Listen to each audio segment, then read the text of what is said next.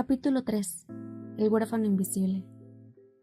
Siempre quiso esconderse, volverse invisible. Un día, o un mes, o un año, eso quién va a saberlo. Descubrió que escribir era una buena forma de transparentarse, de estar sin nunca estar. ¿Por qué tenía que esconderse con todos esos 9 años? Primero, para disimular su extranjería de niño mimado. Si en el recreo estaba escribiendo, en lugar de jugar fútbol, o básquetbol, o bote pateado, ello al menos le daba a su aislamiento el decoro de la propia elección. Estoy solo porque me da la gana.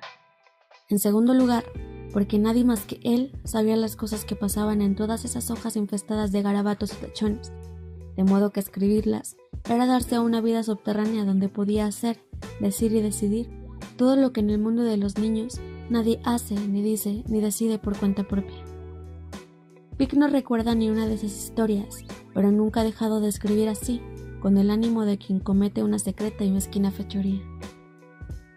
Alguna vez pasó al frente a leer una de sus historias, de la mano de una maestra que no le dio otra opción, y así extendió sobre él un manto de impunidad, pues a partir de entonces ya menos sospecharon que el niño que escribía historias en clases y recreos fuera el mismo que desquiciaba la buena marcha del calendario escolar, experimentando con toda suerte de pequeños sabotajes, no siempre de pequeñas consecuencias.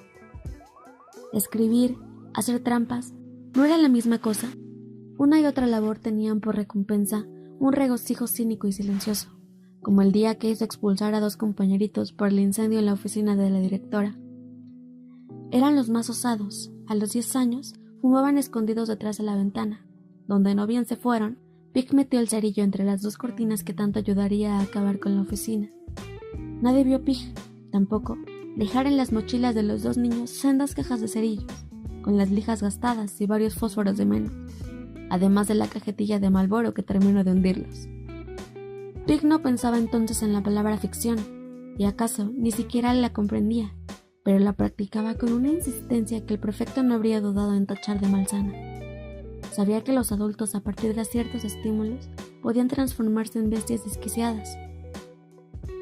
Para cuando expulsaron a los falsos incendiarios, las maestras habían hurgado en cada pupitre y en cada mochila, pero no hubo una sola que pensar en expulgar los cuadernos de Pig, donde el narrador hablaba de esa y otras fechorías, con detalle bastante para enviarlo afuera de la escuela, y quizás dentro del reformatorio.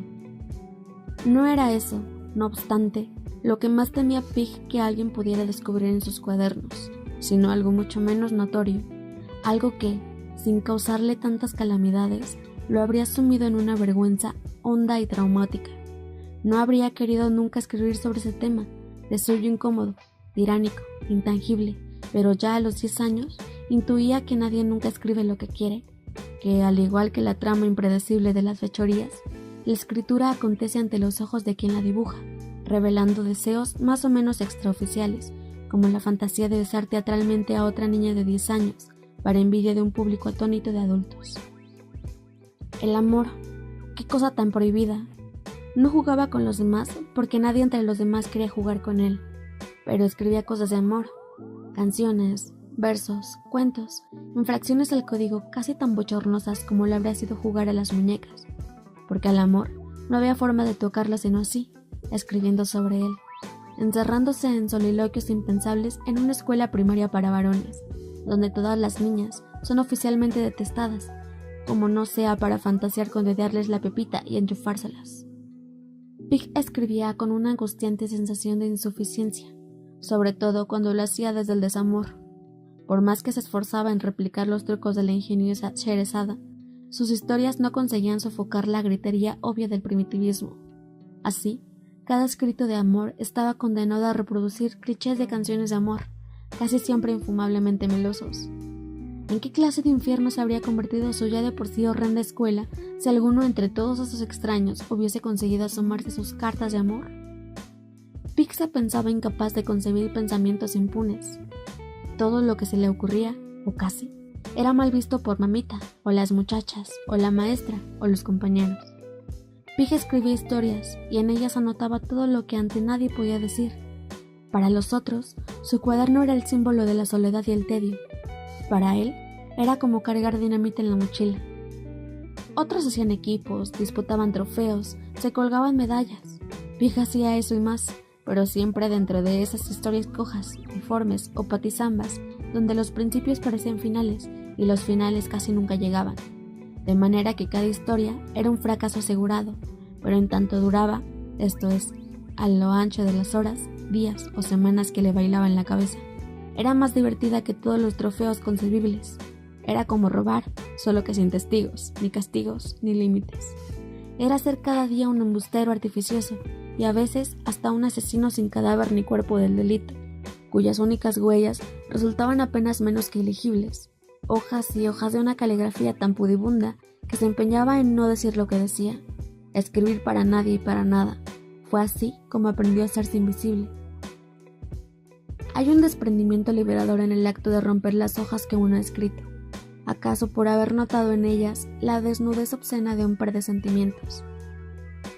Existe una soberbia mojigata remojada en pudores melancólicos detrás de la sospecha de que cuanto escribimos hace pocas semanas nos hace ver como unos cursis infumables, pornógrafos del sentimiento, y la idea es en tal medida insoportable que esa sola vergüenza engendra cualquier día al narrador despiadado, súbitamente experto en demoliciones.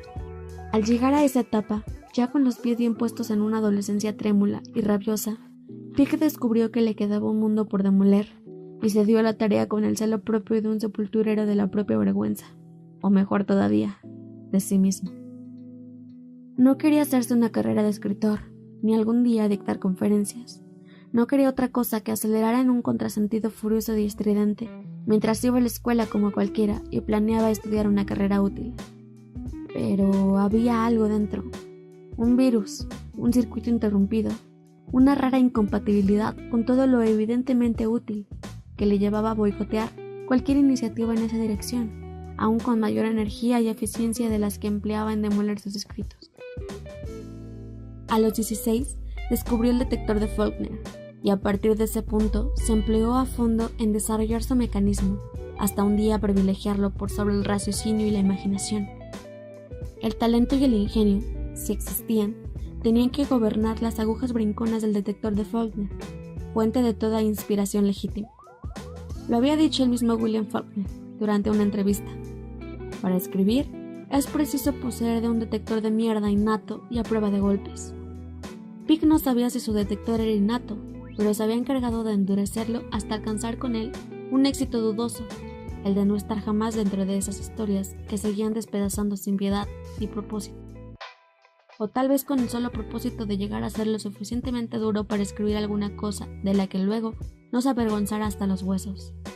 Ya no una historia larga, ni corta, ni en episodios, sino cualquier escrito que le permitiera el lujo de medirse en una cancha reglamentaria, periódicos, revistas, lo que fuera.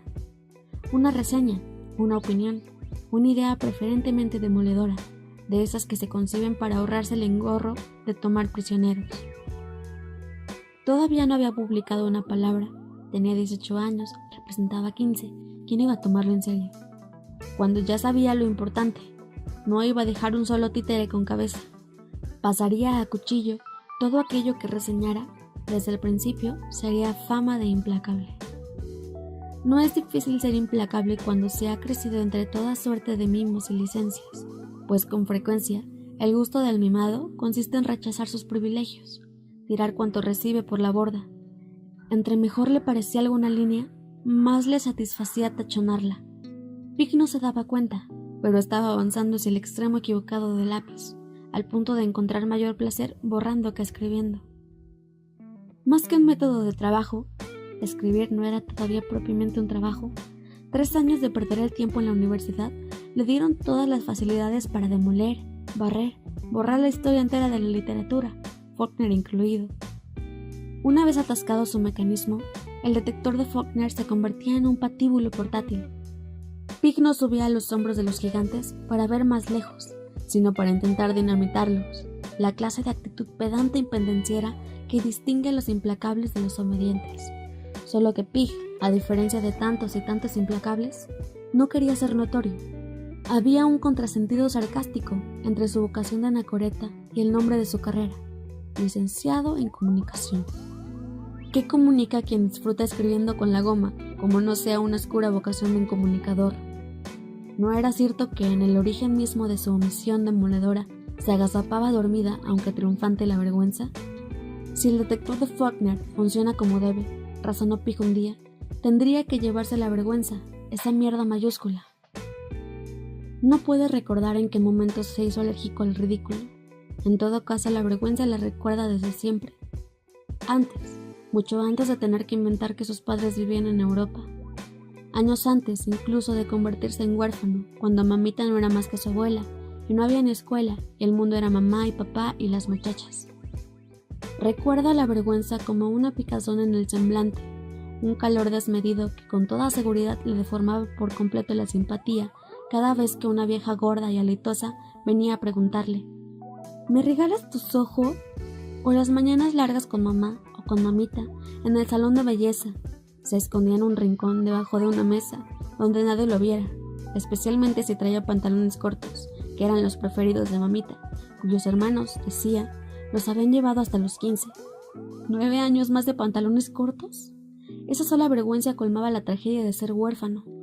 Lo que Pig no sabía a los 6 años, recién muertos papá y mamá, con mamita elevada al rango de madre, pero aún investida como abuela, era que en adelante la manipularía a placer, y que aquella orfandad le daría privilegios que ni como hijo único había concebido, excepto uno, la vergüenza de ser huérfano. Estúpida tal vez, irracional también, pero Pig no podía evitar considerarla una mutilación. ¿Cómo podía ser que a él, que lo tenía todo, le faltaran 2 padres en su sitio? No podía pasar, no lo aceptaba, ni siquiera sabiendo que tenía casa grande, chofer uniformado y varias cordilleras de juguetes a los que casi siempre te enseñaba para jugar a solas con 4 canicas. ¿Qué es lo que te da pena? ¿Que tu madre sea una vieja? Lloró mamita el día que la llamaron del colegio. Tú no eres mi mamá, me da pena ser hijo de una muerta, disparó Pig esa vez, y las siguientes, hasta que al final mamita consintió en contribuir a la patraña. Lo inscribió en una nueva escuela y respaldó la historia de los padres viajeros. Mamita tenía una ventaja sobre el resto del mundo: sabía perder, y lo hacía con entusiasmo. Por más que con alguna regularidad llorara por su causa, no podía evitar mirarlo como el más alto orgullo de su sangre. ¿Cómo entender que luego, años más tarde, nada de aquel orgullo se esforzara más que por borrarse? ¿No había estudiado en los mejores colegios? ¿No estrenó una motocicleta a los 13 años y hasta un coche a los 15? ¿No viajaba cada verano al campamento de Wisconsin? Pig no podía suponer que si mamita hablaba tanto del pasado, era porque no había un futuro al cual mirar. No para ella, por lo menos. Si los doctores no se equivocaban, el cáncer se la habría comido en un par de años. Cuando le dieron el diagnóstico que la llenó de angustia por el futuro incierto de su único nieto, mamita estaba cerca de cumplir 70 años. Pig apenas rozaba los 19. Los dos sabían, cada uno a su modo, que sus trenes corrían en direcciones opuestas, pero solo mamita debía de entender que, llegado el momento, se descarrilarían juntos.